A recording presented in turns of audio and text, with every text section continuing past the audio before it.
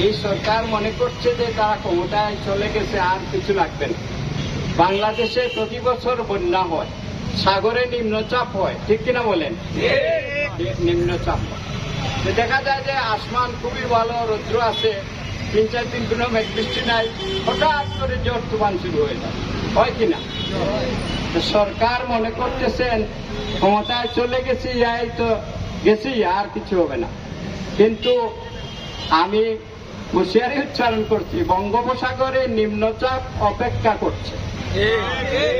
আইলা, cedar এগুলা যখন আসবে তখন ক্ষমতার মসনদ একেবারে তছনছ হয়ে যাবে। আমরা সরকার দলকে বলতে চাই, আমরা তাদের শুভাকাঙ্ক্ষী। এই পর্যন্ত বাংলার ইতিহাসে এই ধরনের বিরোধী দল আসে নাই।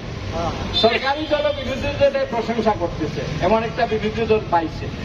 এই বিরোধী দল পাইয়া যদি এই নিয়ামতের সুক্রিয়া আদায় না করে, তাহলে তাদের ভাগ্য খারাপ হবে। এই জাতির ভাগ্য খারাপ হবে না, তাদেরই ভাগ্য খারাপ হবে। আমরা বলতে চাই, ভালোই উনারা জুলাই সনদকে বাস্তবায়ন করুন। এই যে রাষ্ট্রীয় সংস্কারের জন্য এমপিদের জুলাই সনদের কথাই ছিল তারা সংস্কার পরিষদ গঠন করবেন।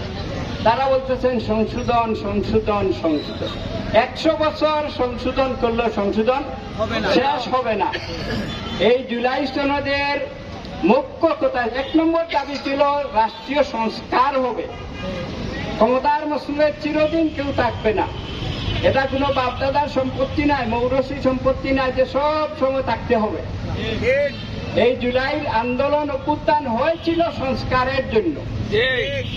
সেই সংস্কারকে পাশ কাটিয়ে সরকার তারা যদি ওই যে সরিষার তেলের বাড়াইতে নাকে তেল দিয়ে ঘুমায়, তাহলে তারা বুকার স্বর্গে বাস করবে।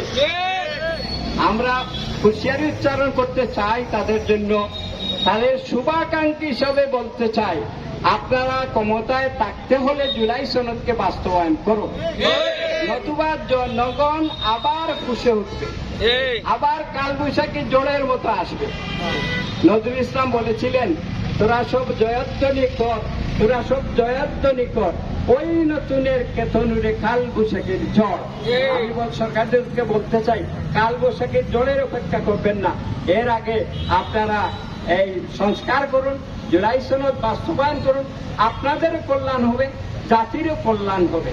নতুবা জামাত ইসলামী এবং এই দেশের জনগণ বসে থাকবে না।